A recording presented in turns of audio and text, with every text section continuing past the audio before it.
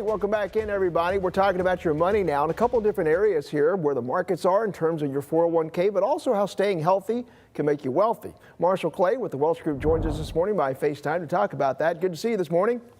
Hey, Mike, how are you? Doing well. Interesting day, obviously Monday at the markets where we saw the Dow almost hit 30,000, which would have been a record, dropped above 800 points though. But still though, the sectors that did well was very interesting. And this follows after that news about a possible COVID-19 vaccine. Talk about some of those sectors.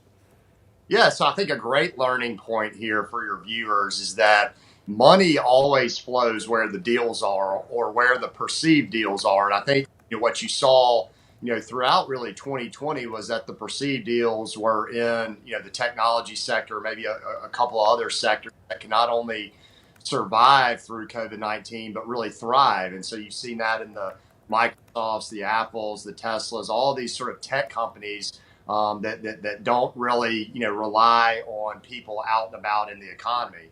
And now what you've seen as a result of some of this positive COVID-19 news is you've seen a lot of monetary flows coming from the technology sector and those ones that have done really well and flowing back into the travel and leisure sector, integrated oil, natural gas companies, industrial companies that haven't done so well. So, just to highlight, I mean, this is an important lesson about rebalancing and making sure that you're monitoring your portfolio and taking profits when you can so that you're not riding, the ups and the downs as much. Yeah, because if you bought when airlines and cruise industries were lower, you're doing quite well today, and vice versa. Zoom and Peloton, they're not doing so well. All right, so now let's talk about your health. Speaking of Peloton and exercise, it's very important though.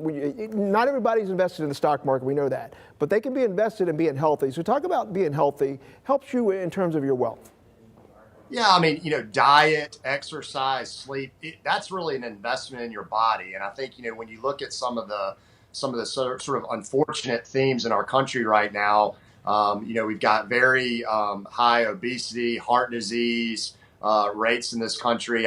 In my opinion, I think that's played a huge effect on the negative outcomes that we've had as it pertains to the coronavirus. But just viewing your body as a vehicle for you to continue to work, and not only continue to work, but work effectively is very important. A lot of people, it's been well documented about the lack of savings with a lot of people, and a lot of people are going to have to work a little bit longer. So if your body is breaking down later on in life, that's going to cut into your ability to potentially make some money there. Yeah, so the motivation is there for you that you may say, hey, I'm not going to be able to get rich quick. I don't have a lot of those type schemes, but I can still make money well into the latter years of my life if I just do the right things, take the right steps. Absolutely. I mean, we talk to people all the time that, the greatest retirement plan is to retire. A lot of people unfortunately can't do that because they're in jobs that are more, labor intensive. But, the more that you can take care of your body, the better.